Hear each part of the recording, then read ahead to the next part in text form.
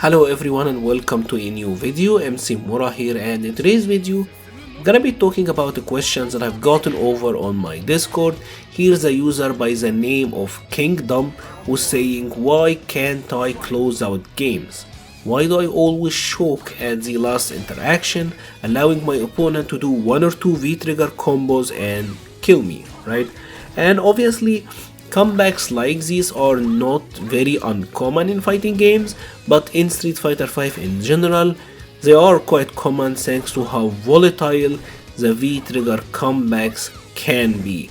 And obviously this is important, and there is something to be said about clutch factor in general. There are players who are known for their clutch factor, like for example Justin Wong. He is very difficult to finish off, and it seems like once you get them to the final pixel, they're just invincible. They can't do wrong. They will take every correct time and they will read the shimmy every time. I mean, some players just are insane when you're about to finish them off. So I thought it was actually a really good idea. So how do you close out games, right? How do you get better at doing this? And this comes down to two different elements, right? The first one is pretty much how not to get comeback done, right? Because that is important. Knowing exactly how to avoid the comebacks of the opponent and how to counter it is the first part of closing out games. And this comes down to understanding what I said previously in a previous video, understanding win condition, right? You need to understand what the opponent need to do at this point to be able to make a comeback, right? And this is very important. Do they need to wait until they have super?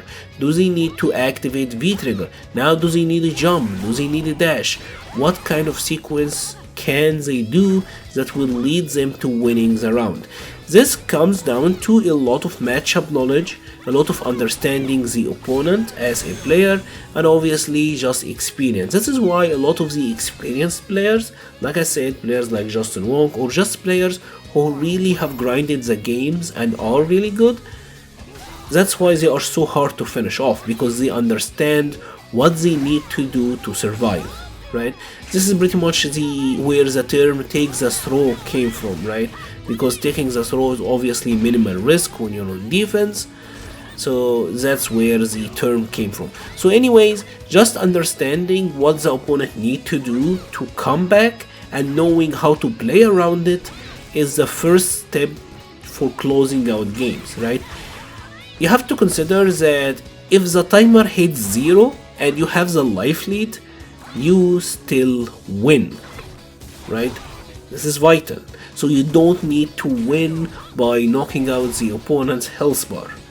Not losing should be your first priority, right? So knowing how to deny the comeback, that's the first factor. Now the second one is understanding exactly when you need to go all in, right? There are players who are very solid, and obviously there are players who are kind of crazy, but in general, when you're fighting someone who is very solid and you feel like there is a huge momentum swing that's in your favor, maybe you need to go a little bit crazy. This is something that you will get a lot better at with experience. If you have seen my set versus, for example, Linz on the Capcom show sets, I knew sometimes that he could out neutral me, and when I had the big momentum shifts, I went all in, right? It is important to know when you can overwhelm the opponent, when you got them on the ropes, and that's when you need to go for the finish. But obviously, like I said, this takes a lot of experience. So honestly, the idea of why can't I close out games comes down to knowing when you need to go on offense, but most importantly, what the opponent need to do and how you can deny them the comeback. That is the most vital point, in all honesty.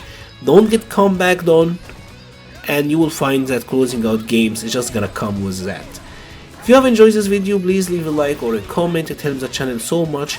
I will be leaving a link to the Patreon page, the Discord server page, and the Twitter page in the description below. Thank you very much for watching, and stay safe.